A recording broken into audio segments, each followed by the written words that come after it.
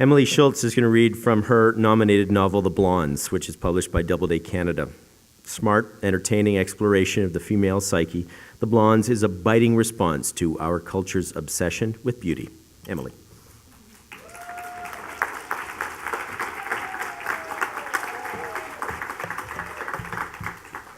Thank you so much. That was a wonderful introduction, and it's an honor to be here. It's such an honor that I decided to do something I haven't done since 1989. I used hairspray. The book is about a plague that affects women through their hair.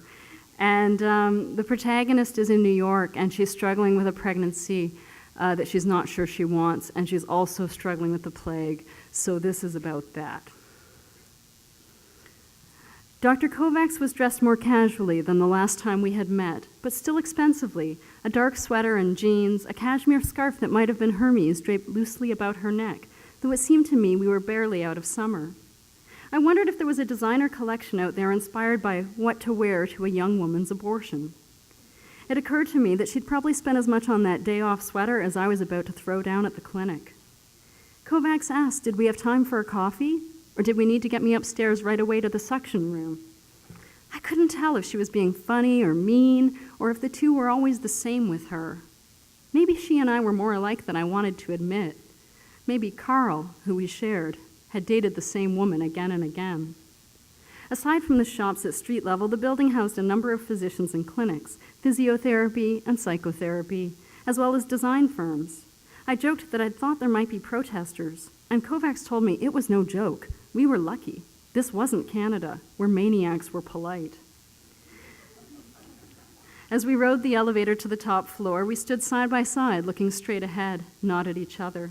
Before the doors could ding open, I turned to Kovacs and said, I really do appreciate your coming with me. I hate to put you out this way. It's only because I don't know anyone else in New York.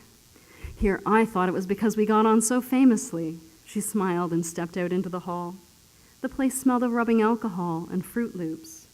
As we walked toward the clinic door, she asked me to please stop with the apologies now, or we would never get through this day. If I continued in this manner, she said, it would only remind her how she could be at home, doing her Pilates or walking to Lula. Then she stopped abruptly, her shoulders drawn back. My Westie, she added, but the name of the dog wasn't what had made her halt. The health clinic was closed. A sign had been taped to the glass. Cypanaptera human virus, blonde rabies, has closed this office temporarily. For your own safety, we are not seeing clients today. If you have an appointment, please be assured someone will call to reschedule. There was a phone number scrawled in blue pen across the bottom in case I was in emotional crisis. It was for a children's helpline. A stack of pamphlets for the same organization had been dropped sloppily on the floor. I registered the meaning of the sign, but found I couldn't move. I wasn't quite ready to leave. Perhaps I thought that if Kovacs and I stood outside the clinic a little longer, something would change. I could feel my nasal passages becoming inflamed. I so did not want to cry in front of Kovacs. I swallowed and said I couldn't imagine being 13 or 14 and dealing with something like this. I tapped the note, indicating the number. It was something to say. The burning in my nose subsided. I can't imagine being 13 or 14, period, Kovacs said. Her face had taken on a sour look.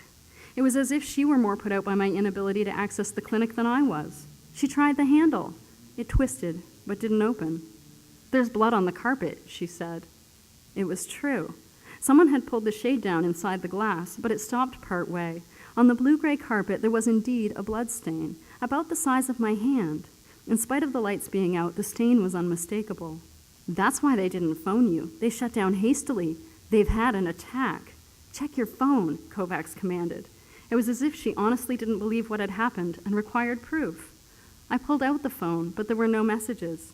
How dreadful, Kovacs said. How dreadful. She squatted and put her hands around her face, peering in the window. Then she stood again and turned to me. She asked if I thought it had happened the day before. The hardness had fallen from her, and she looked genuinely lost. Clearly, this was the closest she had been to a blonde attack. Thank you so much for listening.